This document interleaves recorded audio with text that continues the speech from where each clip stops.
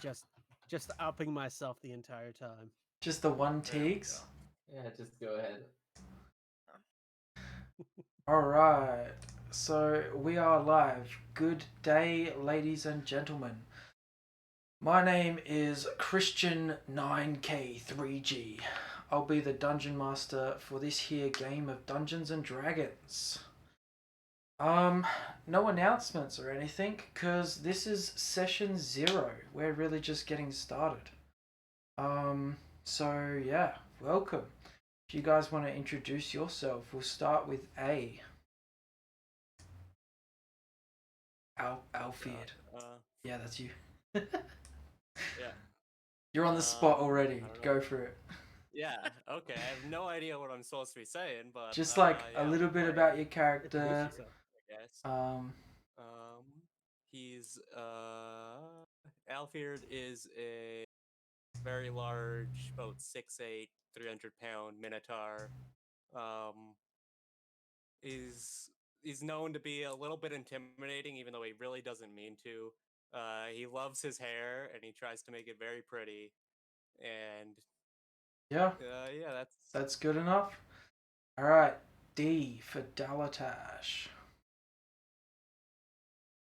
Yeah, so I'm playing Dalatash. He's hails from a town north of Confine, and he's a druid, a healer. Yeah, it's kind of where that character's at the moment. So yeah. All right. P for Pax. Yeah, hello. I'm playing Pax. He's a human cleric.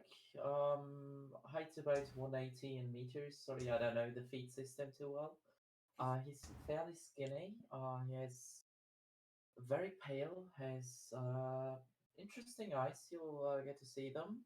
Has black curly hair with some white strands going through them, and a rough 3 days beard surrounding his face. Out of close, you will see dark clothes, mostly black, a big hood, and a heavy armor. And yeah, that's about all you can see. Teagues, bringing it round to you. Hey y'all. Well, my name is Teagues. I am a sorcerer, not halfling, changeling. So what I look like just depends on the mood that I'm going into. Though normally I will keep either my hair or my eyes a piercing blue because I come from the north. I've traveled down to where we're at from the north, From the north? where I actually realized I had a larger affinity for ice and cold based magic. Did you come from the mountains of the north or from the desert land? That is, oh, that's right. We decided on desert land. Never mind. So you come from the east. East. Yes. Retcon already. That's all good, man. So yeah, you've got this affinity towards the cold, being from the heat, and a changeling is very interesting. We're gonna have some interactions there for sure.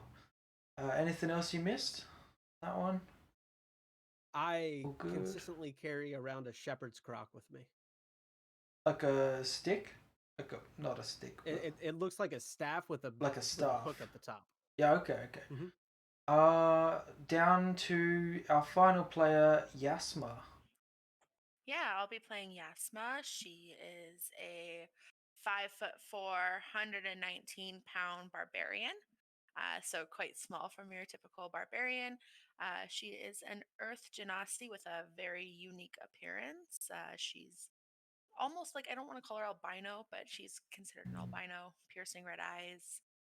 Her flesh or body is like white with like small rivers of like red and earthy tones through it. So yeah, she's really tiny in comparison to almost everybody else. All right. So yeah, welcome everyone to the world of Ethicsia. I guess we'll start at the top of the list for session 0 that I've got prepared. Is there something you've never done in D&D, but you've always wanted to do? Anyone at all. We don't have to go around in a circle each time. Just shout out. I've never interacted as a player romance wise. Okay. I've been the All right. DM with romance. Yeah. Yasma, you feel the same? Yeah, I'm for as long as I've been in like the D&D world, I've been the forever DM. So this is like one of my first times like from the player point of view. So like I'd probably echo that. Like I haven't really gotten to do a whole lot, so I'm down for anything and everything. All right. I'm gonna take notes on the freaking computer, not. Sorry. You would, you slacker. Like, no, there's no room left on that piece of paper. Alright. Anyone else got anything at all? Doesn't have to be role play, it could be combat or, you know, anything else that you have never done but always wanted to do. I've never had the opportunity to jump off of somebody else's back and do a swinging slash from the air. We'll come up with a specific plan. No, I won't. I won't. You guys can do that. We'll make it happen, yeah. Make it Those are happen. pretty interesting stuff, but I've never done that, I must admit. I've had players do it. It gets pretty wild. Make sure. Yeah, I guess the only thing, this will be my first time playing someone with no casting ability at all. Yeah, I would say this is only my second time playing a caster, so. Yeah. Oh, good. All right. Yeah, this is my first time playing someone who's like not a caster, so. This will be my first time being a dungeon master for a campaign. So, everyone out there watching this, not that many at the moment, but like, please be patient and kind and respectful of my decisions and all that jazz. Yeah, we'll move on to the next question I got is, what is your favorite thing about D&D? Well, I've answered first a lot, so I'll let somebody else go. We had conversations, intense role play at some points where the DM doesn't want any role play at all, and you always go at the totally wrong time, and yeah, character development, just growing together as a group and building an idea of the character. Yeah, I really enjoy that as well. Just developing your character and like, if you start off with this small character, like this no one more or less, and you get to see them grow and develop, and it's just really cool telling that story. Yeah, and a little bit of an escape, I'd say. So yeah. Teagues, you had something For me, before? my favorite part. Oh yeah, actually, my favorite thing about Dungeons and Dragons, honestly, is the immense numbers of possibilities.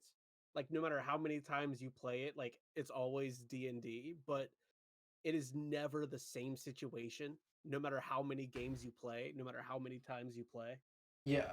it's So, just always different.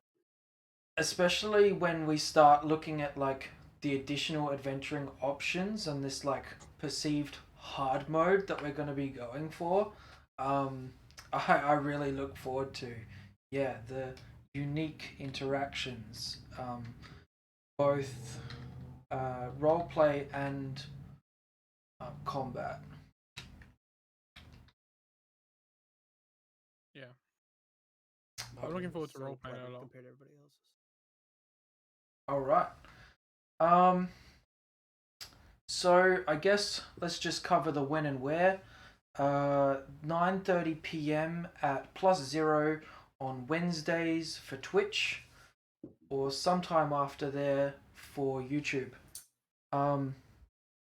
The place, so the place we're going to be playing is Foundry, VTT. So I just changed the scene, and you can see I'm going to make a roll. Let's have a volunteer. We're going to have Alfred, please. regretting putting an A in my name. We're gonna have you attack this guy down here. So just go ahead and target that guy and make a roll. Oh, Okay, you didn't target, but that stuff happens automatically, and yeah, it's just a interesting thing. So you can see that the dice get rolled on the screen, and it's a bit of flavor that I think is really cool. Some animations can get popped up onto Foundry. If I use this guy, I think he's got a fireball that I can cast. Isn't that one Oh, of these guys? one from One of the 15 one shot. hags. So there's a fireball with some damage, and automatically doing the damage to said Crassus that were targeted. Yeah, just wanted to showcase that just a little bit.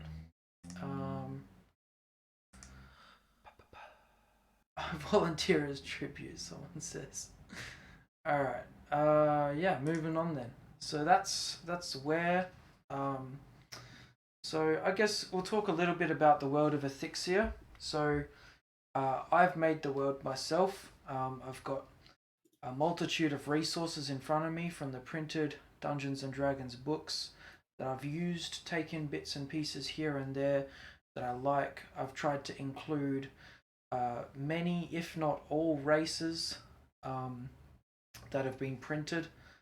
I guess we can talk about like the different levels of aspects that would be represented in the game. So technology, for example, won't be represented highly, although Warforged are technically a race around. The technology is enough so that like guns are a thing, but they are very misunderstood. And yeah, any questions around that? I can't really say. No artificers in the group, so I guess it's a easier one to skip over. Alright, gore and violence is going to be high. This is Dungeons and Dragons after all. I think my channel is rated 18 plus because of that, but also sexuality is a thing. So any acts will of course happen behind closed doors, although there will be no constitution saving rolls. The romantic exploration there is a possibility, so I just thought I'd mention that. Anything else you guys want to know or talk about with the world of Ethicsia so far? Yes. Yeah, I'd go like for it. to know something about religion and gods and anything like that. Yes. 'Cause Okay. Since I'm playing a cleric, So with the gods, I have quite a number, but they're I'm open to adding some or changing some at this point. Some are set in stone, obviously. The the god Kelemvor is one that you've got as your kind of deity that you worship most, right? yes. Yeah. The way gods work in my world is that you don't have to only have like one god. You could pray to Poseidon for safe trip on the seas. You could ask Gond for a hand in creation. All this sort of praying, I guess, that you would give this piety to different gods isn't seen as disrespectful to one god. unless they're opposing.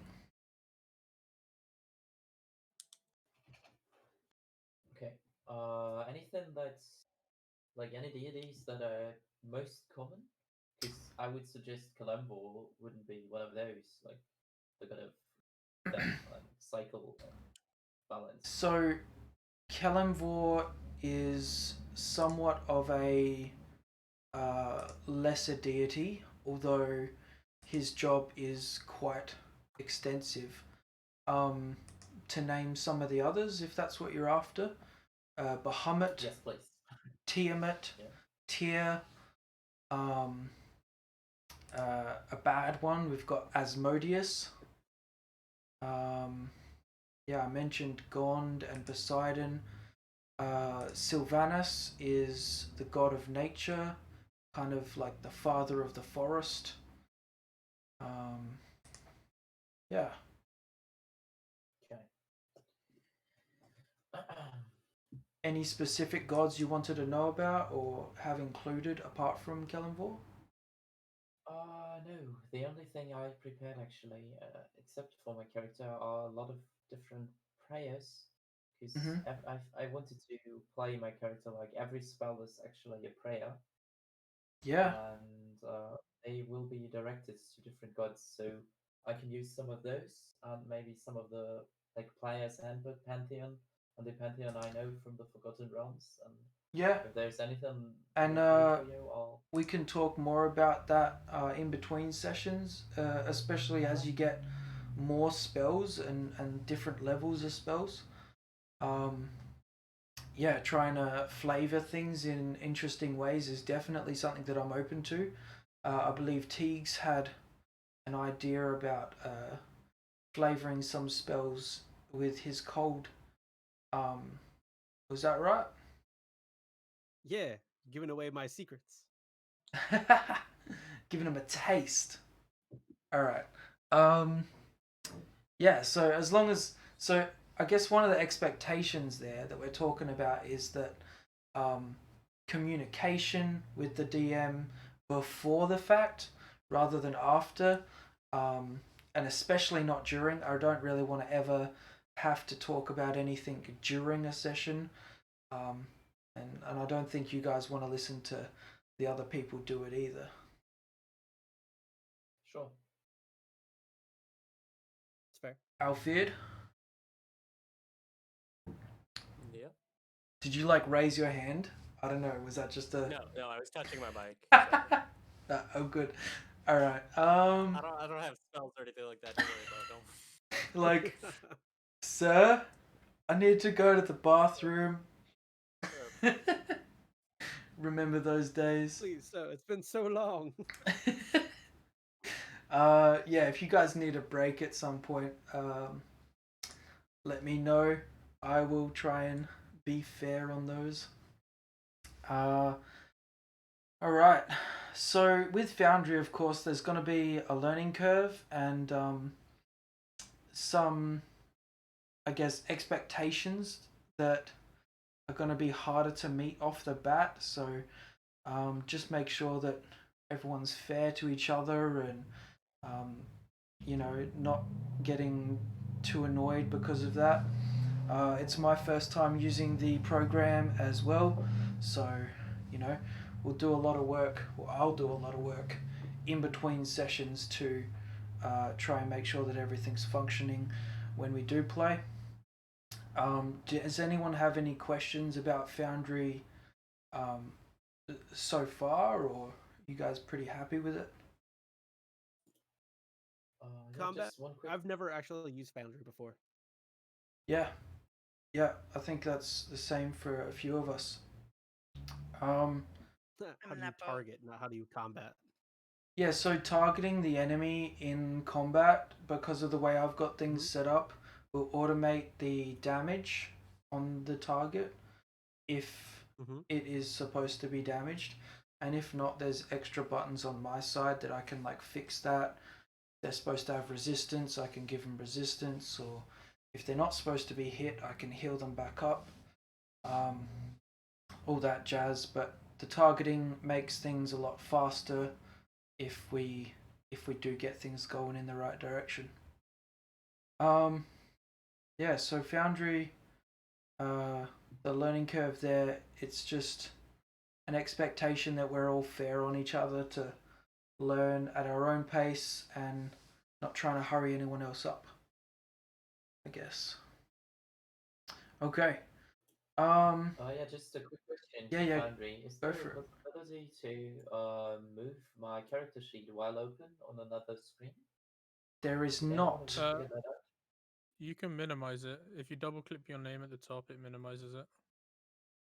Yeah, yeah, okay, okay.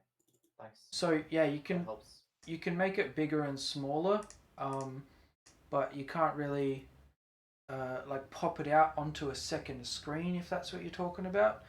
Yeah, that's What I I've was added wondering. to help with some of that stuff is the HUD. So if I click on this Crassus here, in the top left on my screen, it doesn't show on the viewport. I can open the inventory, and then in there I can make a bite attack.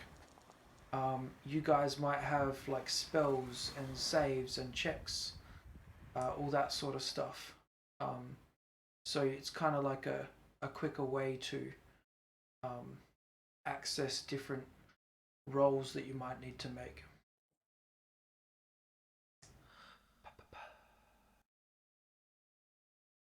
Okay, cool. Yeah. Cool, cool. So yeah, just again learning. Yeah, it'll take us a little bit, but we'll get there. All right.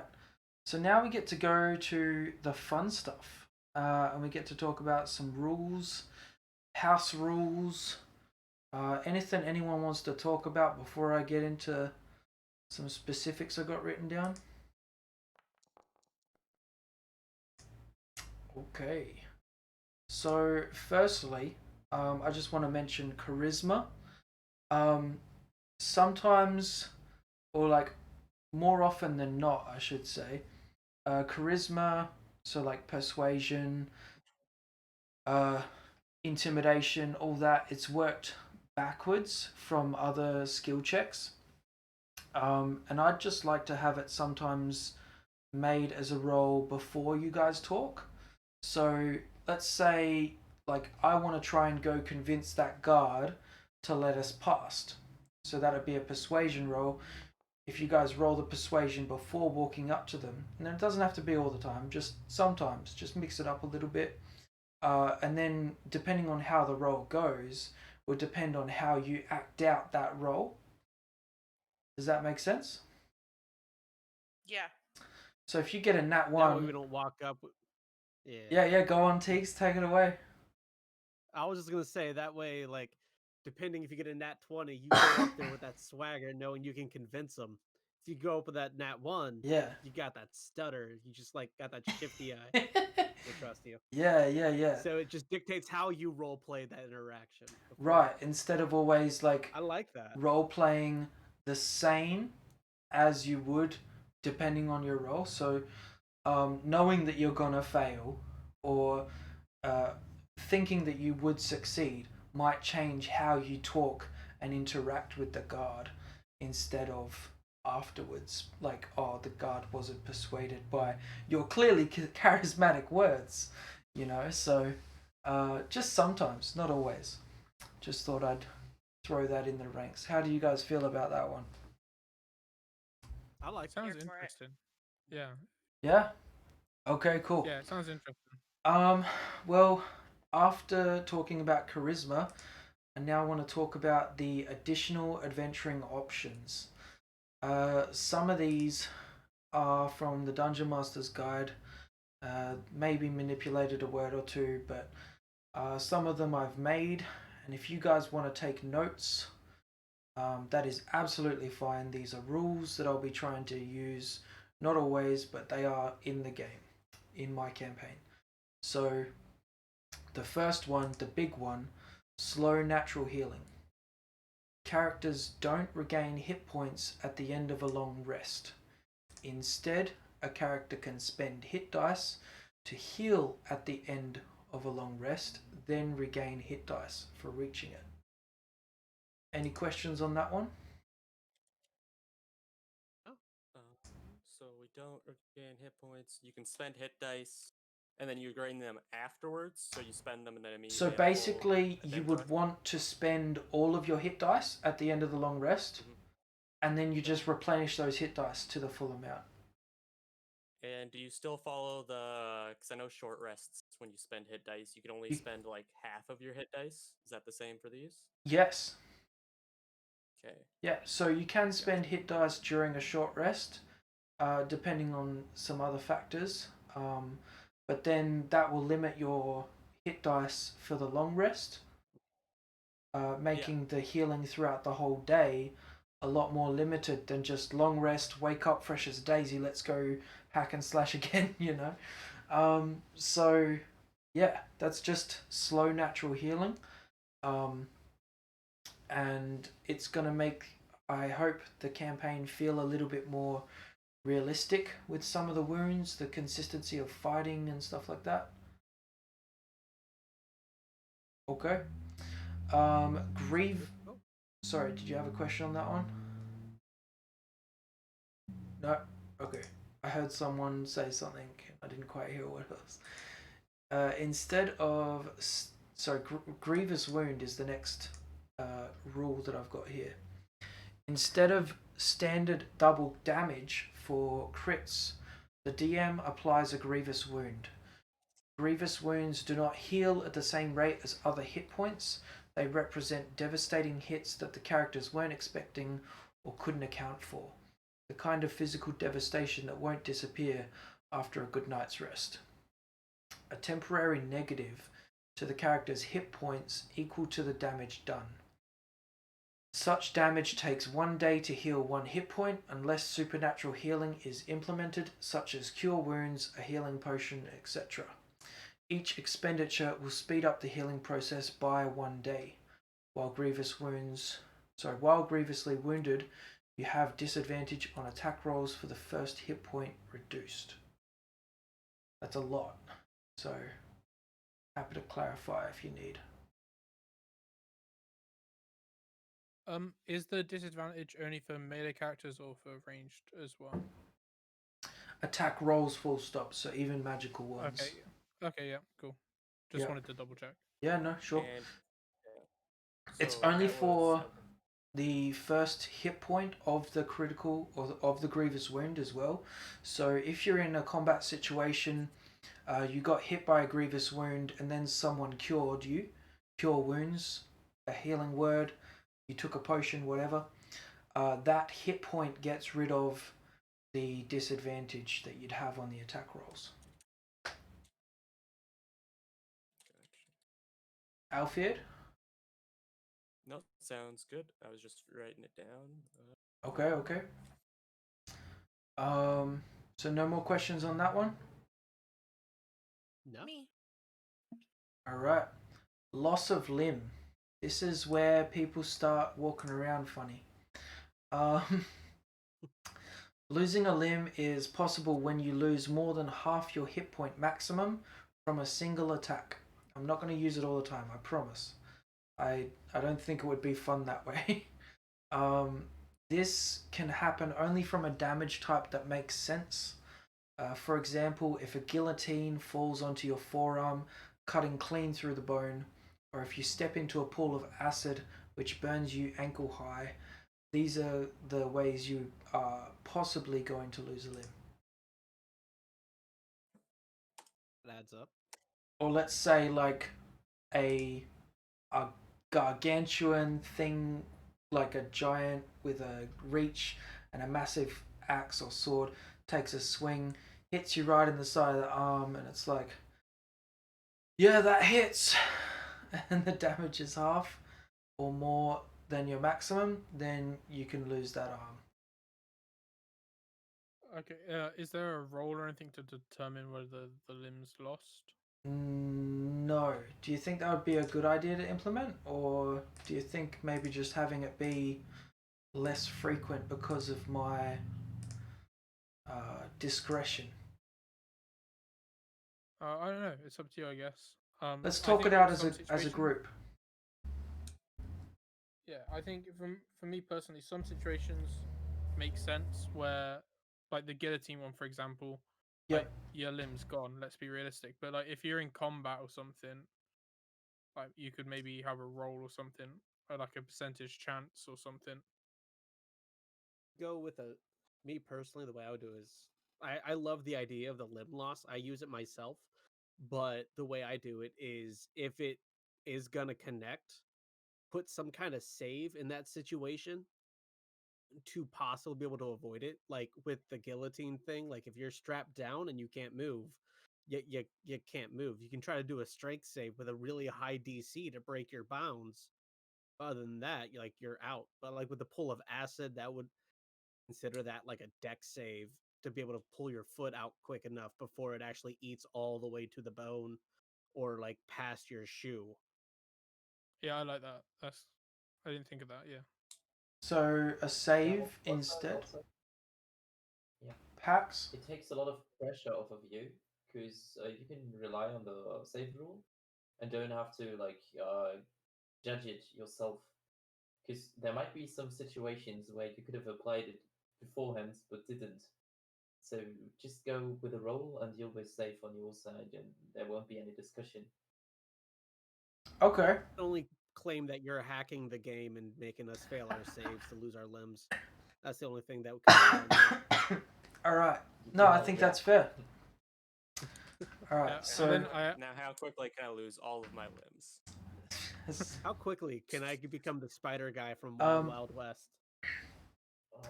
I think if you lose half your hit points, lose a limb, and then lose the other half your hit points and lose another limb, you'd be unconscious.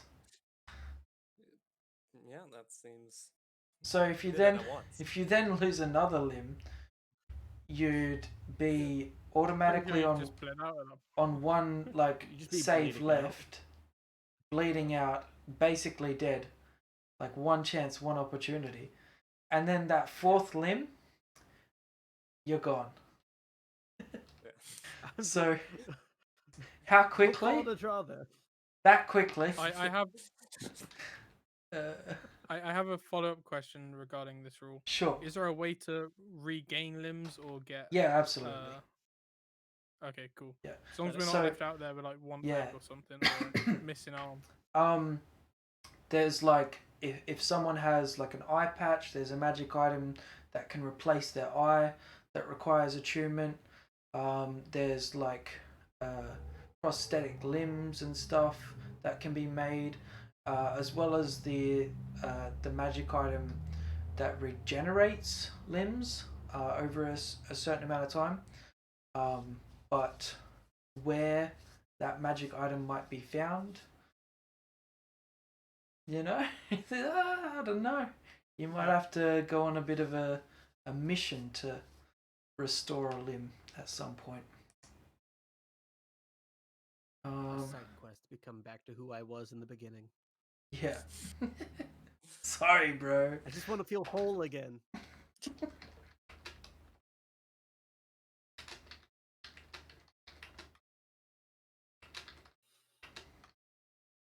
So I'm excited for this. I've been coming with like a very weak backstory simply because Teagues was put together in the course of like 10 minutes. It was a bit more than 10 minutes, but like, I know what you mean. You haven't been sitting on this character for a long time.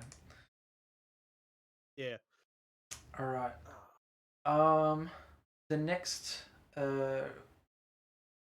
additional adventuring option we have is fear. So like some monsters have it embedded in their stat block that there's like a fear kind of roll. But the additional adventuring option from the Dungeon Master's Guide says the DM can call for a wisdom saving throw from characters when they are faced with an overwhelming threat. If the character fails, they become frightened for 1 minute. The characters can remake the save at the end of their turns to try and gather themselves. So you become afraid. At the end of the turn, you just get a free check to see if you could save. And obviously the frightened condition being that you can't like move closer to the source of your fear, disadvantage on some things. Yeah, any questions on that one? That one's a bit more straightforward. No, No, that makes sense. but I do apologize. Someone's knocking on my front door. Do you guys mind if I step away for a brief moment? Yeah, no, go Just for it. tell them I said hi. That's all I I will ask. tell everyone my entire squad says hi. Don't do that. No one else said that. No, you're not This is why I special hate anymore. group projects. This is why I hate group projects. Agreed. It's an all or nothing. Oh man. All right, before we move on, we'll just talk about whatever you want.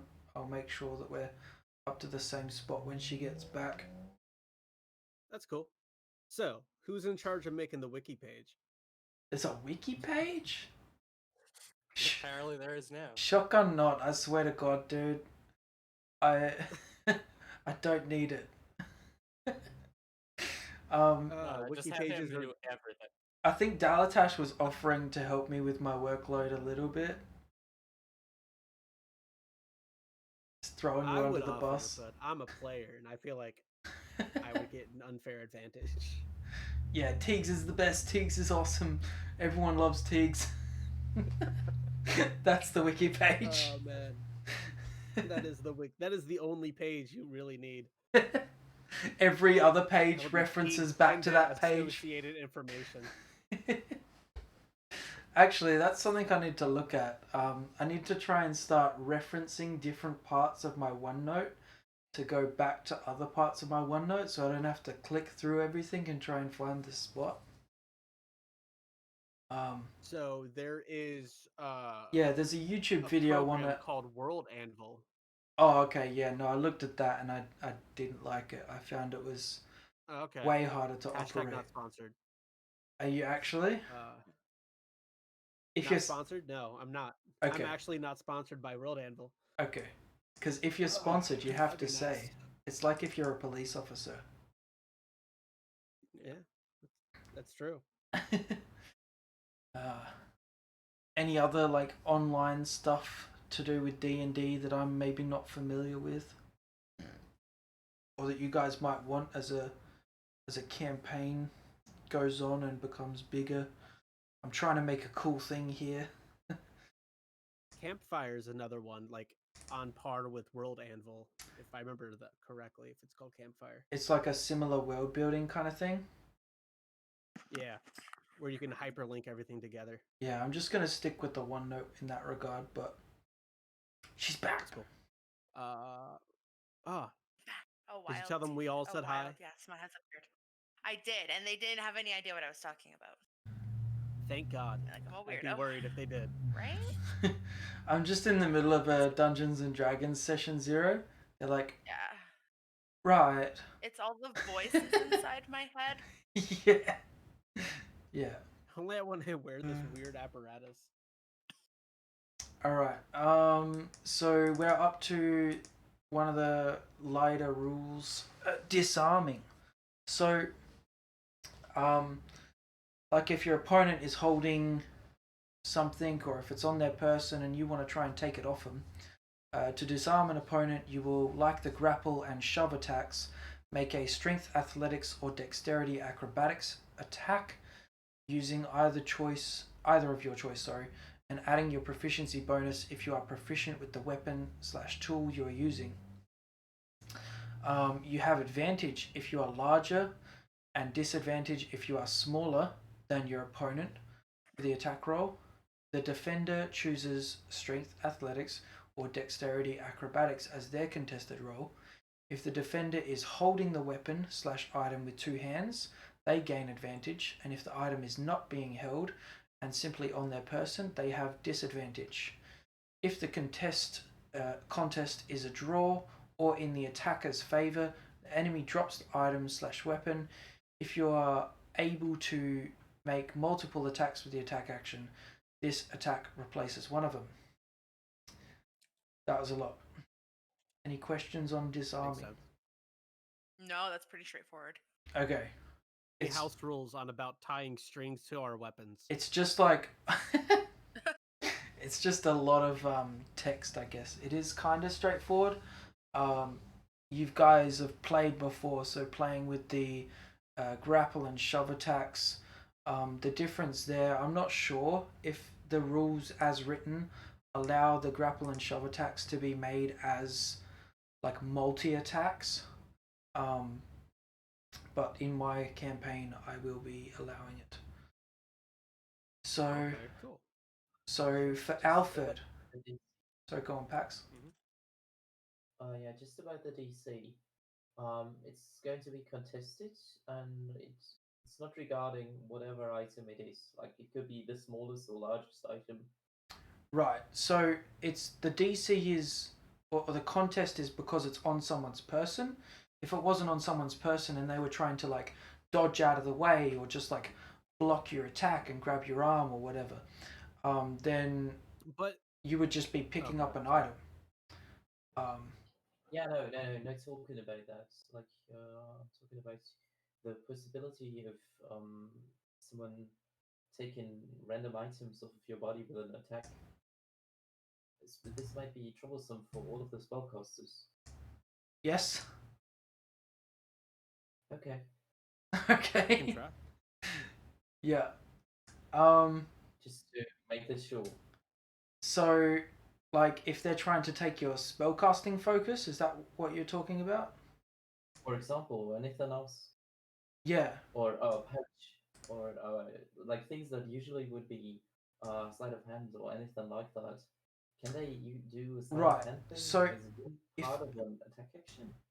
if they're trying to do sleight of hand, they're trying to do it like without you noticing. But if they're just trying to grab it and you know that it's happening, then it's the disarming. Okay. This might be problematic. I'm honest on that because Okay. think about an enemy with a lot of strength. Yeah. He can just rip all your stuff with a multi attack. You lose your shields, you lose your arcane focus, for example. You use your pouch, you use everything, and within one multi attack, for example, because they Right. will just have so much more strength and will be proficient with acrobatics or anything. And this might be problematic. You might have to overthink it, or I'm just too. I think in that situation, then the party has to deal with that circumstance based on them not having done damage at all during that round, and then like one player out of five being possibly out of commission. Um, Okay. the ability to do stuff without an arcane focus or components is still a possibility with somatic and verbal components. So you could just gesture hands and use your voice for some spell casting. Yeah, it would only affect material ones. For the components pouch, yeah, there's different ways that that's gonna potentially have interactions, but it ties in with the next one, imposing threat. Should I continue with that, or should we keep talking about disarming? Yeah, I'm fine. We'll just have to play around that because it's Yeah. really strong, and we'll have to take that into account. Yeah, and you guys can use it as well. It's not going to just be me using it against you guys. Also, like flanking, I don't know if that's a standard rule at the moment. Now that I think about it, is that a homebrew? Homebrew, yeah, it's an Okay. alternative rule. Yeah. Okay. Is it a- There's Yeah, marked it as an is. alternative Pretty sure. somewhere, and then there's a couple different Oh. homebrewed versions of it I've had people use. Okay. So I know excuse me. I know I've used flanking in literally every single game. Right. I It's see. become like It's so a real rule. It's so regular and overused. Not overused. It's so used that I didn't even think about whether or not it was an additional rule or a standard rule. So like flanking, for example, seems overpowered in D&D as well because the enemies can surround you. But you guys can also surround the enemies. So it's got like back and forth there.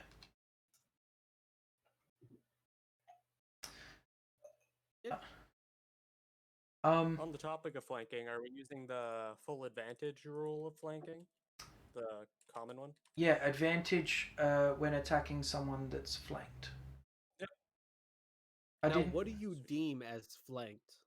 Because that's Opposite. something that apparently is not across the board the same for everybody. Okay. Good question. I've only seen it as opposite squares.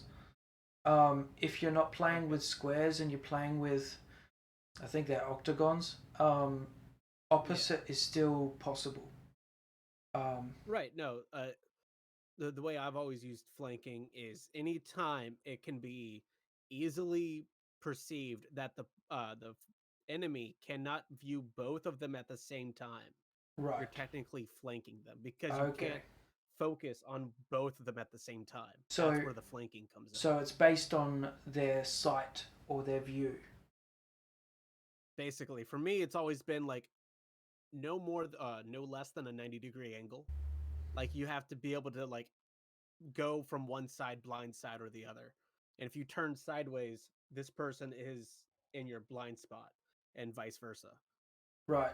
I think that's a little bit too much just because if we go down that road in Foundry, I can limit your guys' vision to be a certain field of vision in front of you instead of being able to look everywhere.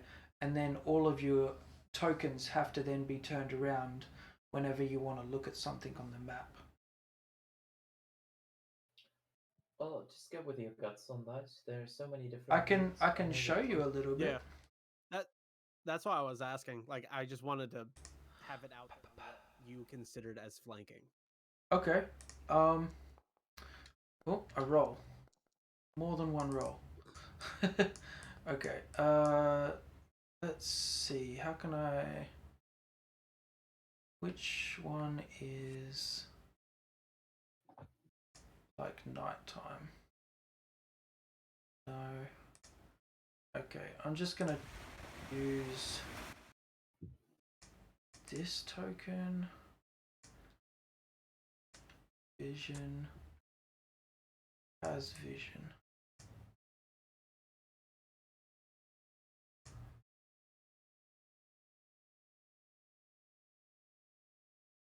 Side angle.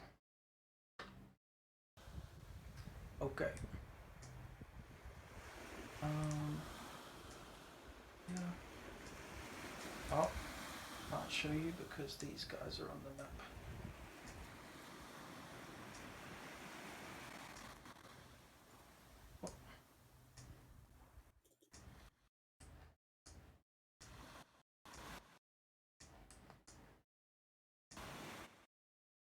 Okay.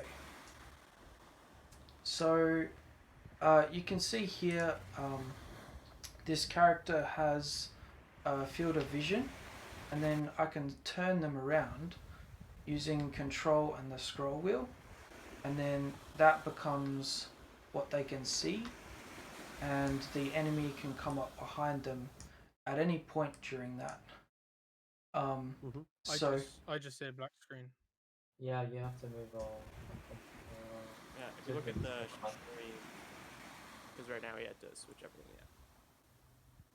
oh, okay, Okay, so I can see it on the stream. yeah, sorry, I had to take your tokens off because of the viewport for the stream. So yeah, this Dalatash has gone colourful.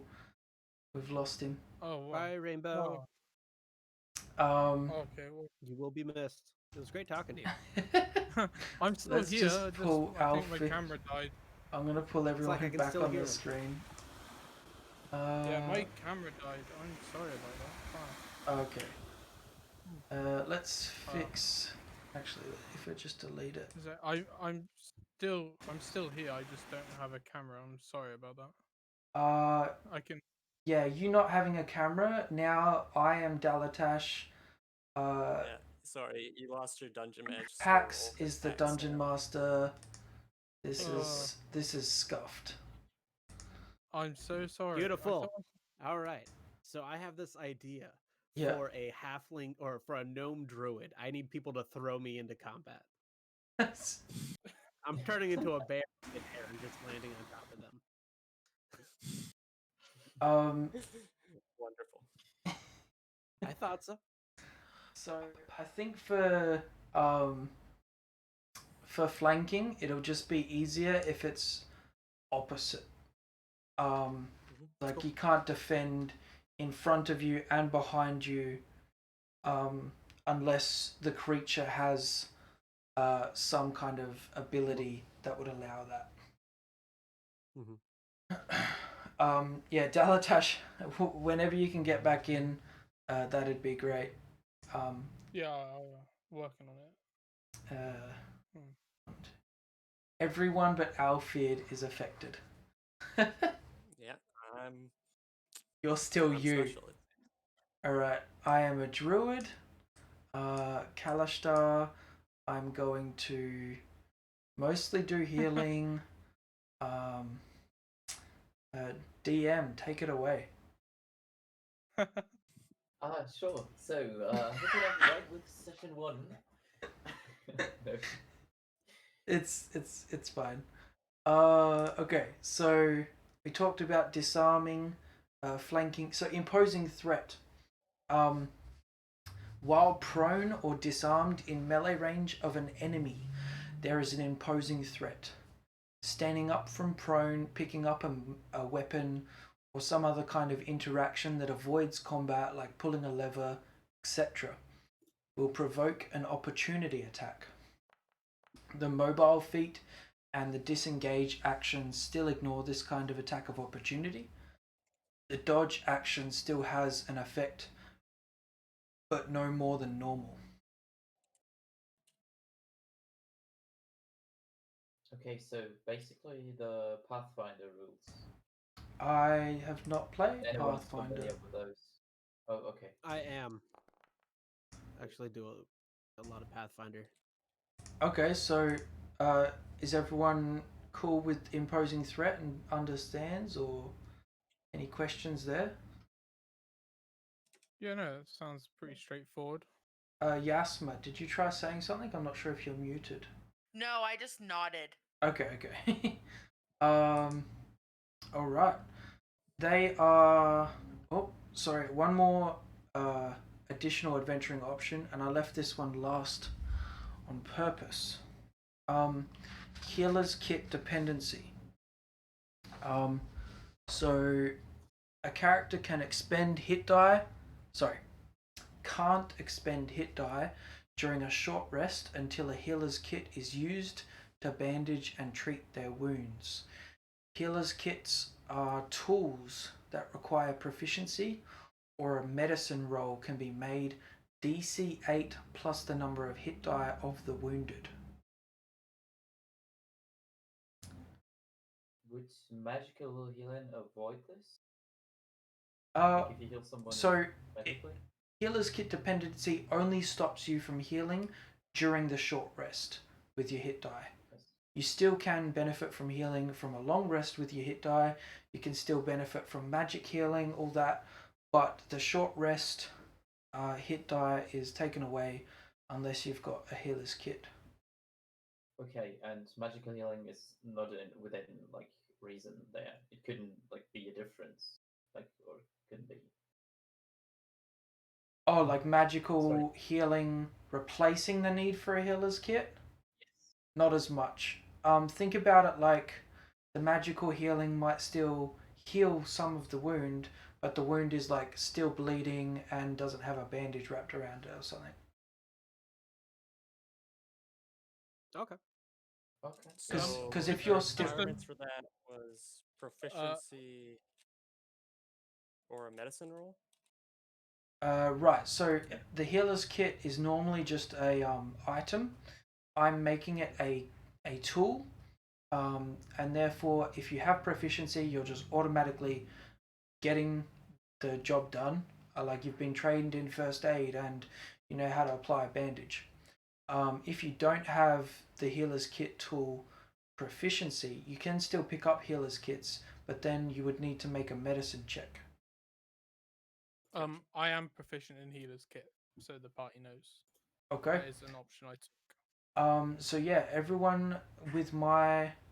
So we're going to talk about like character creation we used to help us get the characters we did and what options we had and why. So for one of them, I'm giving everyone an extra tool.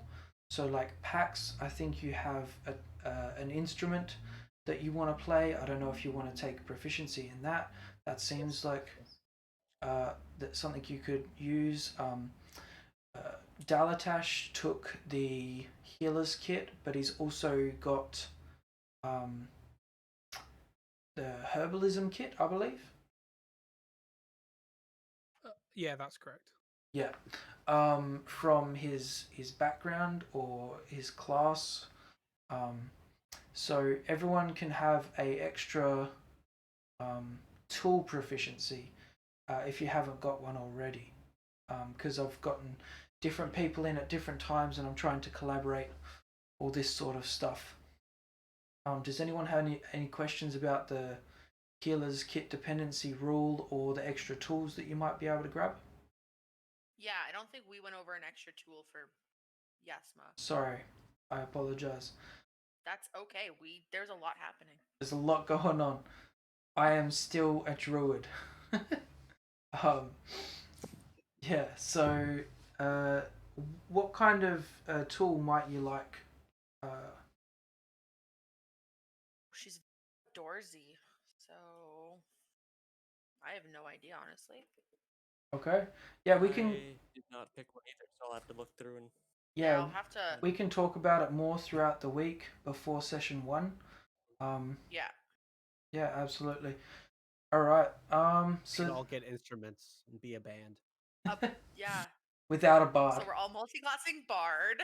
No, Gonna be touring. he's back. Just yes. I'm I the love dungeon that idea, master. actually.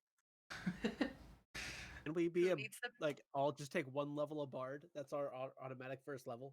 Yeah, 100%? Yes. you definitely have to go to the right place for that. And this is not it. They'll And stop adventuring. the city of Victorian. Confine is not the place. All right. So yeah, no one had any questions about any of the additional adventuring options. Did you say we all start with a feat? Yeah. So talking more about the character creation options, we did standard array. So 15, 14, 13, 12, 10, 8, plus a feat to balance out this hard mode with all the additional adventuring options like slow natural healing, the possible loss of limb and therefore life. So giving you guys a feat to also help with character creation and development. For example, Dalatash is going to be your chef. Taking the chef feat.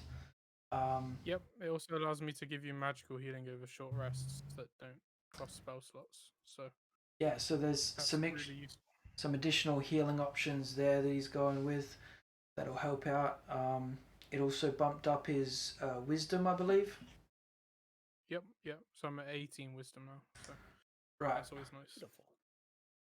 Yeah, so if anyone hasn't chosen a feat just yet, I haven't. How do you add feats to Foundry? Thank you. That's the word. Yeah. If we go to your player character sheet on the right hand side, not off of the map. Mm-hmm. You never want to do it off the map. The first page, when you scroll down on the right hand side, there's active abilities and then there's passive abilities. Okay. If you click on those, there's a plus sign on the right and it says create feature. If it's not a feat already, which is in the compendiums packs, or if I have to make changes to the feat, so for example, I've had to make changes to Sentinel. Some feats are not as worded from the books as in my campaign. But I made a feat spreadsheet in the resources for you guys with that. Yeah, we can talk more about a feat if you want, or if you've got any questions on those. What other character? I just know I want to take this. Yeah, go on. I just know the feat I want is all. What feat? Skilled, not in there. Extra tool proficiency, extra skill proficiency, and a expertise. Is that right? 3 skills of your choice and an extra tool. Right. It doesn't even need to go in past abilities, really. You can click them on. It's easy enough to add. Yeah, I The just wanted to character. make sure it was on there just because it was just for the character sheet being on there. Yeah, you can throw it on there, but yeah, it's an easy enough one to apply. Cool. Yeah, so we'll talk more about what additional choices you want to make with that feat as well. Yeah, any other character creation mechanics that we need to discuss or let people know about? I think that was it.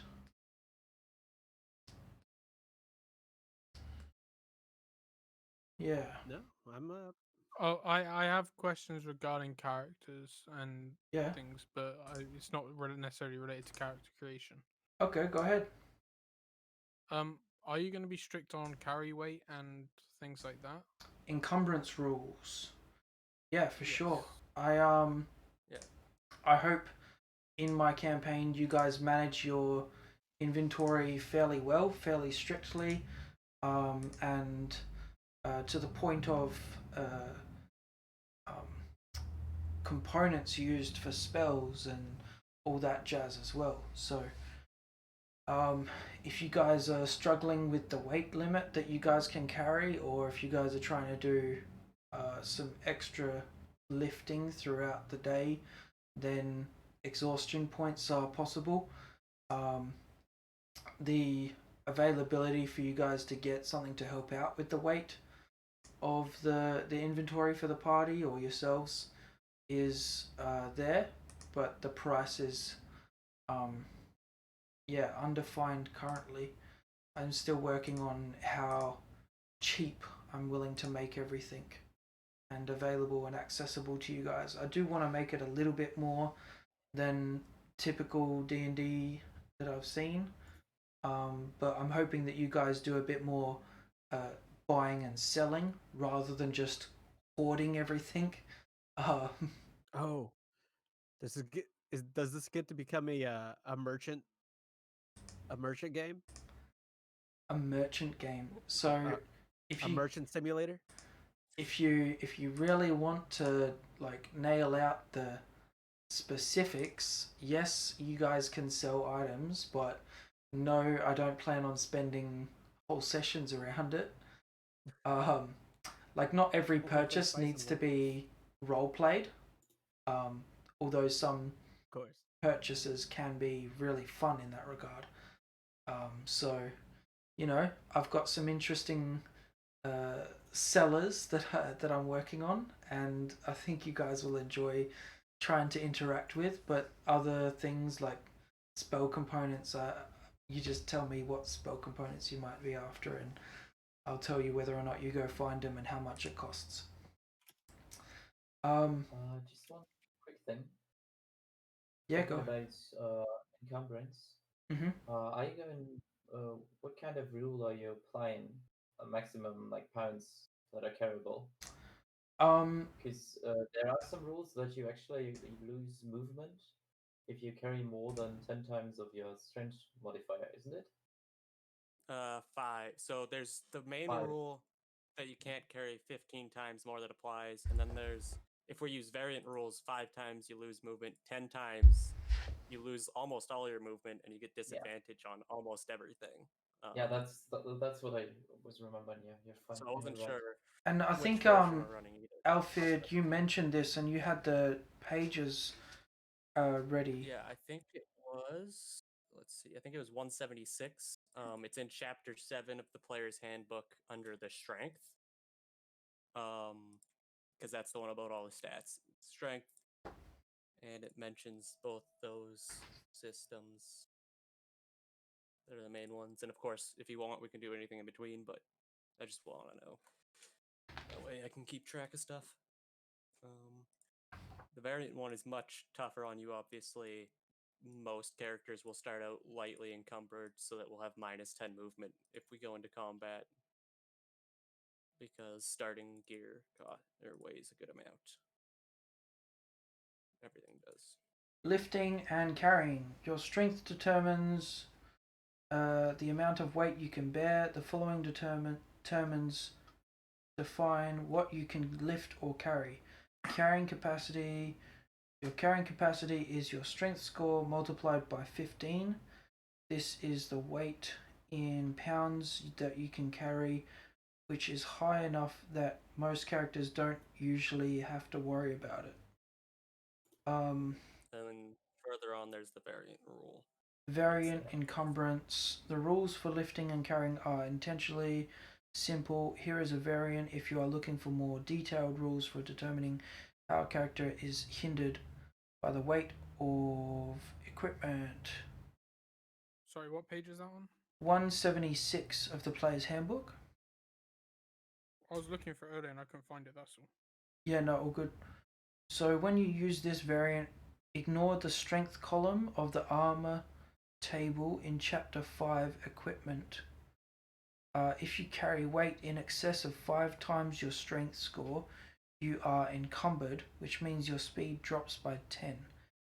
If you carry weight in excess of 10 times your strength score, up to your maximum carry capacity, you are instead heavily encumbered, which means your speed drops by 20 feet, and you have a disadvantage on ability checks, attack rolls, saving throws that use strength, dex, or constitution.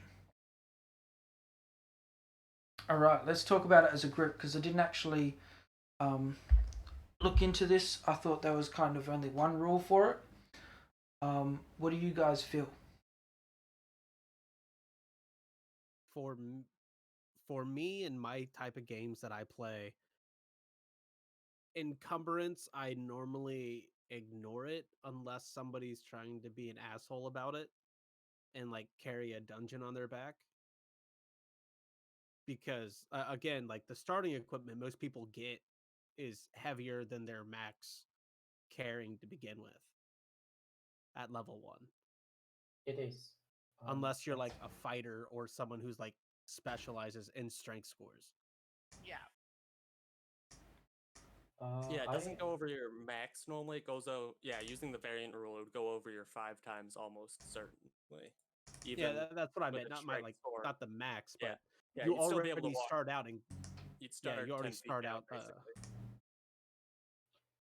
I actually like that rule, but because my character would only have 20 feet of movement, and it makes sense for me because a cleric in heavy armor could get to 22 AC with just Shield of Faith and the dodge action. And if he has Sanctuary on him, he's kind of unkillable for the first levels. And I think it's kind of fair to shut that down by limiting my movement. And there might be some other situations of this stuff. Heavy armor or heavy gear should should harm you in some kind of way. Otherwise, they are just too good. So I definitely agree with that. I think there's this middle ground, like a walking tank. I think there's this middle ground where, because your strength score, Pax is a +1, but Teague's is a -1. The difference there at starting levels becomes really easy to spot. Like, it's your struggling. Strength score, not your modifier. So it would be 8 for Teagues and I.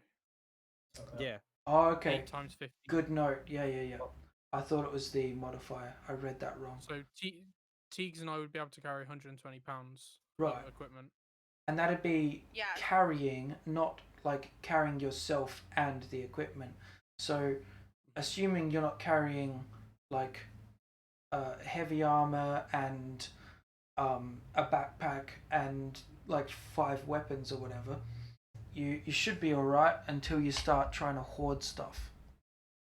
With the variant encumbrance rule. And no, with a variant rule, they will be heavily, like shut down because they will have 10 feet less movement because they can only like carry 120 maximum, and once they have more than 40 pounds, they will be encumbered with the first thing.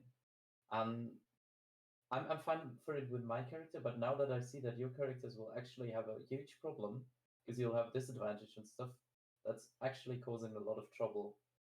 So Yeah, they need to stay under 80 pounds or Like they would real trouble. with Mhm. my strength score of 16, if I go by the 5 times rule, that means I can carry 80 pounds. With my starting equipment, I'm already at 81.4 pounds. With Okay, my I'm at 135. Yeah, so So yeah, That's right. You're a Minotaur, though, aren't you? I am a Minotaur. That is Yeah, that makes a big- sense. You have like a 45 in your strength or something stupid like that. No, it's only 16. I will max it eventually, but it's only I believe in you. Like, thing. you got this. I like scores. I was actually misconceiving. I was going with Tasha's rules for first and just dumped everything into perfect stats and went for 18 wisdom. And we talked about it, and I decided, oh, that's not good. So we went back on that. Yeah, just for everyone to know. I am happy I know that now. Well, would have Yeah. been. So speaking of tracking rules, are we keeping track of rations? Like, do we actually Yeah. have to say we're eating that night during camping and It's all it's that? not always you don't have to roleplay every meal, although I am I'd like that. I don't expect it. Absolutely not. The rations aren't always used. Rations are more for like when you're away from town or food. So if you're adventuring for a day and you're out for lunch, you guys eventually like use a ration for lunch, but it's not going to be a costly endeavor, you know. So rations compared to like a I think it was a commoner's meal, or there's different levels of dining that you can eat at, and I don't think it was that expensive just to eat. No. So one of the Not things is in the guild, I want the food and lodgings to kind of be part of the deal. So you guys don't have to worry about food as much when you're at home base. It's more when you're out on the road. Beautiful. brilliant. And so like Dalatash picking up food before he goes out to cook because he's going to be the chef. You guys can like talk about what kind of food you want to eat on the way out, or how much you guys want to spend and whatnot. I want beef Wellington at least twice. Yeah. I think I should be offended by that. Yeah, You I'm just should. gonna. Being I'm gonna make. being a Minotaur and you're eating cows in front of this is Are you going to be a vegetarian or something? no, but like All right. don't eat my brother. We have to eat lamb or something instead. Like we're just not allowed There to you eat go. cow. No. Just no beef. Yeah. No beef. No. Beef's I'm off going to the make table. direct eye Plenty of contact bacon. with you as I take bites out of beef jerky, just so you know. God damn. Just sat there with your beef rations, like perfect eye contact, just going back and forth. We're starting out great. So actually, speaking of which, I don't know if we're going to cover this yet. Are we coming in already all knowing each other in one way or another, or Actually, that was is the there last a, and next thing on my list of things to talk about. I just want that's how to it goes with me. cover the encumbrance a little bit more in depth. I don't feel comfortable with you guys with a strength score of 16 being encumbered by 80 pounds. That seems ridiculous. So Well, that's the variant rule, isn't it? yeah, Yeah, that's like the strictest version of the rule. We could go all the way with the regular rule, or we could find a middle ground, I guess. Whatever works, but yeah, Yeah, I'm with not a huge regular fan of the rule full of strict one either. yeah, with the regular rule of like times 15 your strength mod is like a little bit more realistic. Or even 10 times your strength score, it's sorry. strength score by 15, um, and that's the encumbrance for normal. So strength score for you would be 15 times 16 in pounds as the maximum that you can carry before encumbered. But for Yeah, we'd be able to carry like 240 at that point. Yeah, for those that have a strength score of 8, You it can would call be me out. You already did it once. It yeah, works you to can call it out. 120. apparently there was more than one, so I didn't want to specify you. Yours was just the only one I checked because you talked at the same time. I'm not picking on you. I'm just using as a reference. Yeah, we get 120 pounds Um, total. yeah, High I five. just did the calculator. Yeah. 120 pounds is the limit there. Um, Yeah. so yeah, I'm fine with the standard encumbrance rule. Okay. I think encumbrance is already difficult enough to try and look at and manage and play with. A lot of people just throw that rule out of the window, so I'm going to just leave it as the normal one. I don't need to make that hard mode as well as everything else. So, yeah, if you guys are happy with that, let's talk about what Teague's brought up. Is last on the list, social dynamics. So you guys are going to be meeting in the guild kind of for the first time, unless you guys want to say you met recently in part of your backstory before going to the guild together in some regard. I've spoken to Alfred and Teagues about a little bit of a dynamic that might develop throughout the campaign because of the charisma attempts and whatnot. But that doesn't have to be a starting point. So it's really up to you guys where you want to start and or where you guys want to head with that as well.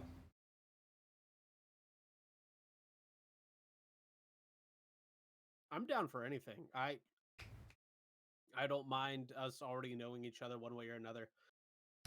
To But put some stuff into perspective, let's just go around and like mention where people are from. So Alfred is from the Pirate Peninsula, which is south further than Harrowing Harbour.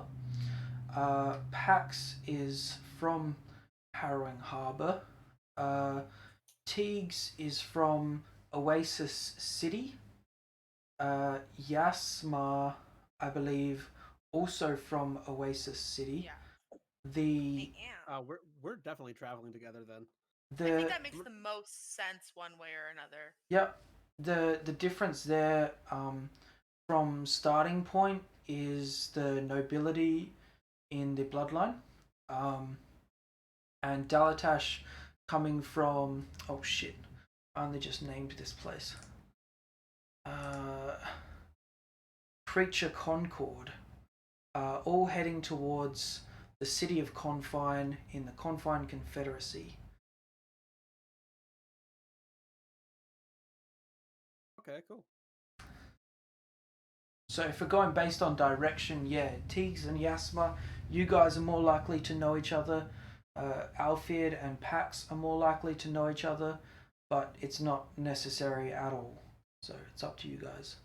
Feel free to. Does it make backstory sense for like Teagues and Yasma to know each other? Do they kind of line up to the point where like Oh, Teagues is like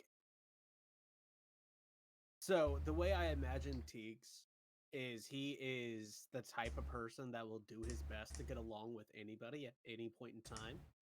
And he knows that it is always better to travel in a group than by himself. because there's always safety in numbers, no matter where you go, no matter what you're doing. So See, and if he ever, yeah, so if he ever found out that somebody else was going to Confine City, he would have hunted them down and be like, "Hey, let's go together."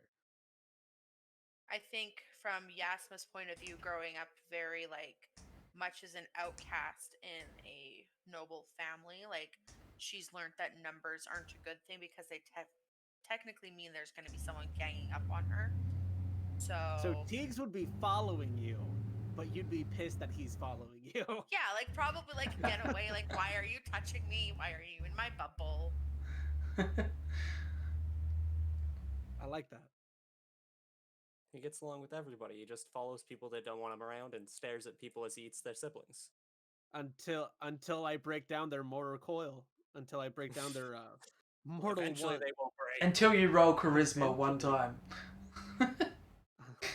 Sooner or later, they will become my friend. This is not a promise. This is a threat. Oh god.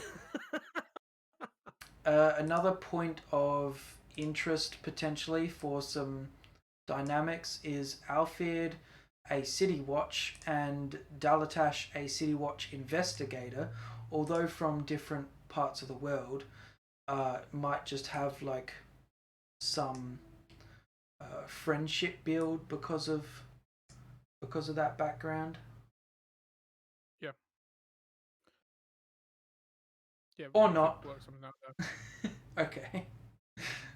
Yeah, maybe all they up end to up you being guys. friends. Who knows?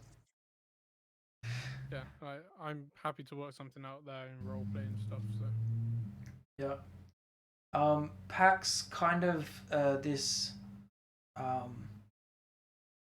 almost different kind of lifestyle led completely from everyone else. Coming in, you might have a bit more. He's socially awkward, so Yes. highly unlikely that he doesn't know anyone of the other characters before that. Right. Um, So the starting point is very much that awkward, getting to know people phase. Do I want to trust these people?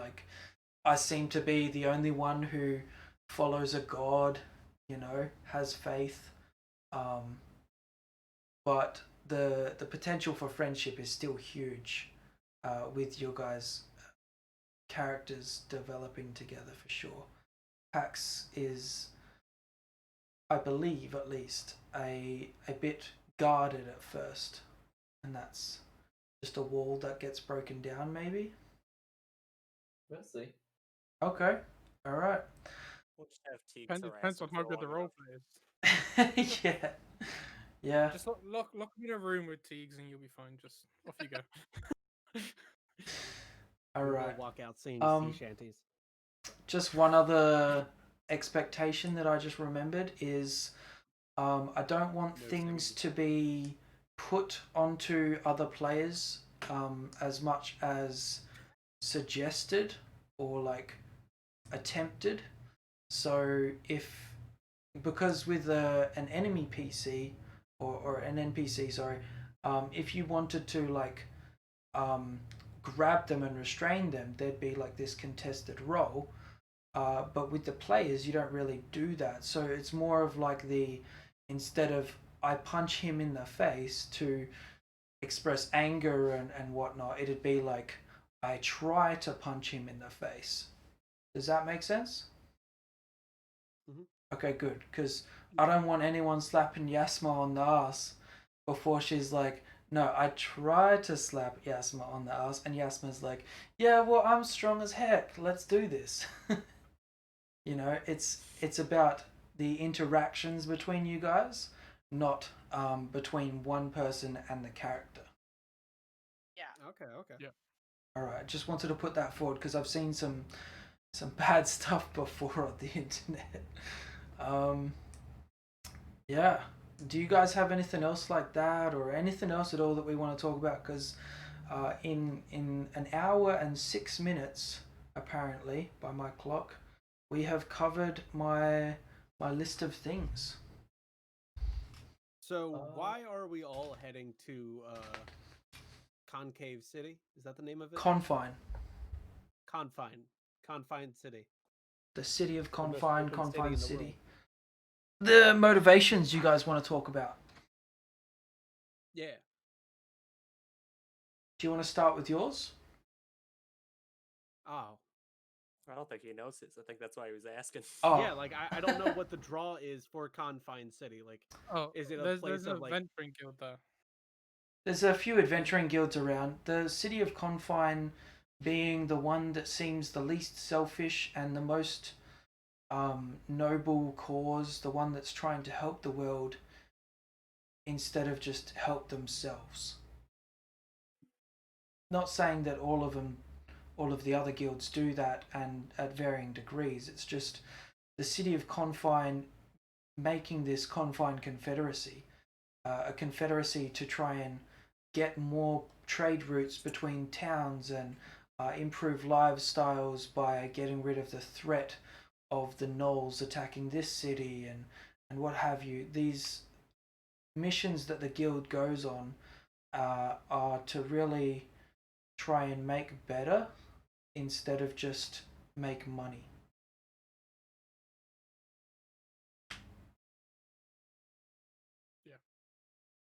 That lines up with my backstory and things. So heading if we tie that into alignment, it's good or neutral, not selfish, not chaotic. It's very much a guild, yeah, trying to do better. Like one of the one-shotters that went down to the Assembly of the Sea was from the city of Confine in the guild of the Order of the Shining Beacon. So there's definitely this sense of trying to improve things. Okay. Yeah, that'd be a great reason for Teagues to want to go there. Is that the guild name, Order of the Shining Beacon? It is, yeah. Cool. We can change it if you want. Nope. I've I named just wrote bacon instead of beacon though. I've named so many things. I can't imagine everyone liking all of them. Too late. But yeah, it's too late, as you said. Too late. Done is It's done. canon. Can't change it. All right. So yeah, I think we've covered everything. We talked about things you've never done in D&D that you've never done before and that you've wanted to do. Mentioning like romance, things that you like about D&D, like your favorite things are character development, unique interactions that happen because of just D&D always being a mystery and unknown and different circumstances here and there. We covered when and where, some expectations there, a bit about the world of Ethicsia and the kind of expectations, the rules and additional adventuring options that we're using, even made changes to some to suit more of us, because I didn't even think about it, if I'm honest. The character creation options and the way we went about things and why. The interactions between you guys, backstory tying in a little bit, the character social dynamics. If there's nothing else, then I think we're done for the day, at least. Until next time. Beautiful. Yeah? Yeah. That's great. Yeah. Build it, team. Alright. Oh yeah. Well, yeah, thank you for watching, liking, subscribing, and all of the positive comments. Good night, good sleep, dream big. We'll see you next time on Christian 9K3G.